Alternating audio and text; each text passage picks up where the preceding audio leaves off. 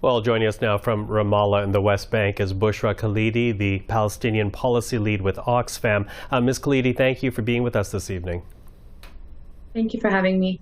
I was hoping to begin our conversation with the Israeli strike on the Jabalia refugee camp. There are reports right now, this is from the Hamas-run government, not confirmed independently, but reports of a second strike in as many days. What concerns does that raise for you?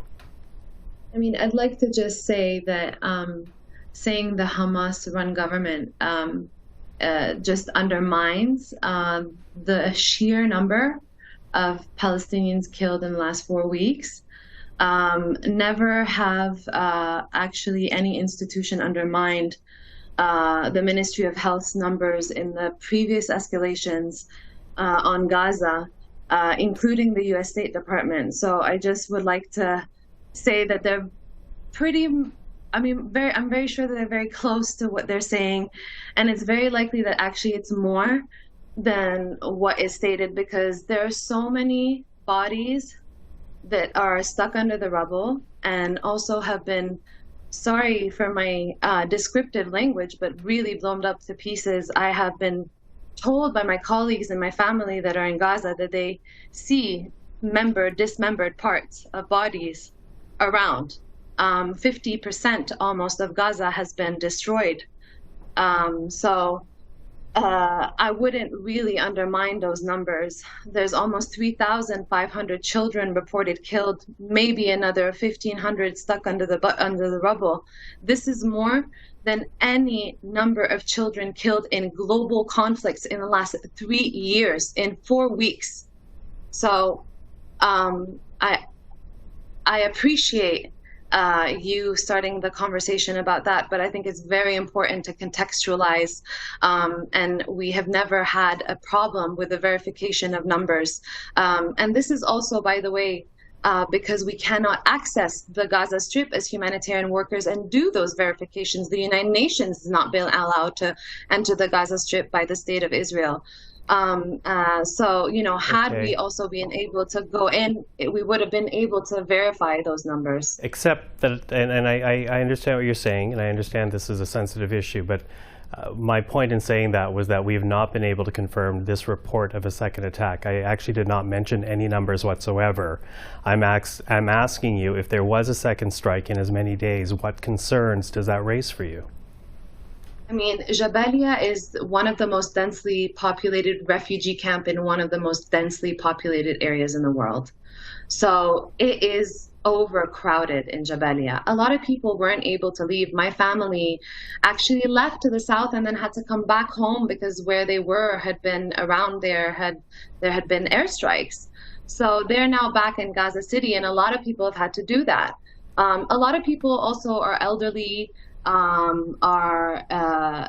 know, unable to leave their homes, don't have relatives. Places in the south are overcrowded anyway.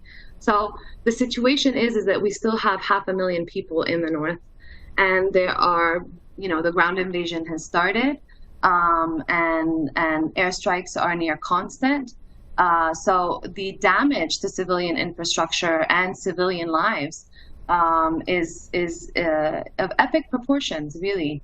So I've told you the numbers of children killed up to now, what it means in comparison to the globe and to other conflicts around the world, what has happened, and the intensity of the bombardments, from what I've heard from our colleagues that are there and my family as well, it has been really horrifying. And I think one of the most powerful testimonies are from parents and their children. I think the impact that this has on children in terms of the noise and the dust, the constant noise, you know, and the insomnia and the inability to sleep, the impact that that has on children is now beginning to really show past the shock of the first couple of weeks. So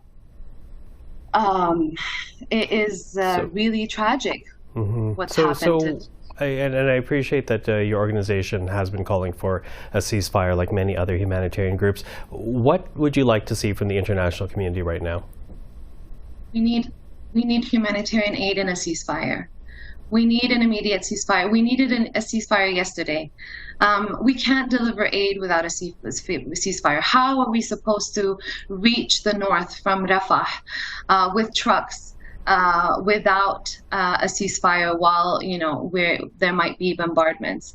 How are we going to get medical teams without a ceasefire to reach the hospitals in the Gaza City and the north and get doctors and nurses and healthcare workers in?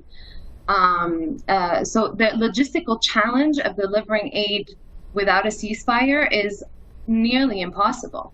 We're talking about 2.2 million people, half of which are children. We need a ceasefire now, and we have seen it through the public support in every single major city of the world over the last couple weeks. We have all seen it on our screens, and also we have seen 700, almost 700 organizations globally in an open letter calling the UNSG and member states to call for a ceasefire. And now we're seeing petitions all around, with one gaining over 700,000 signatures from individuals, including influential individuals.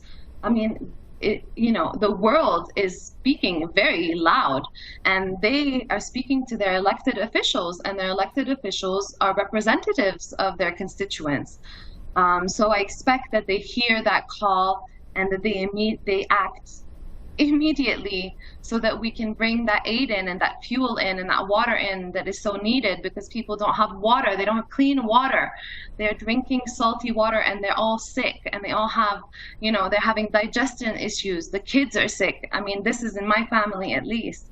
They're sharing, loaves of breads and cans of tuna. I mean, it's beyond belief, and we can't get in touch. We don't have really an ability to assess the situation, to understand in detail, because our conversations are so short, and we'd never know when we can speak. We're really just asking if you're still alive. Mm-hmm. So that has been the situation. Bushra Khalidi, thank you for the time this evening. Thank you for having me.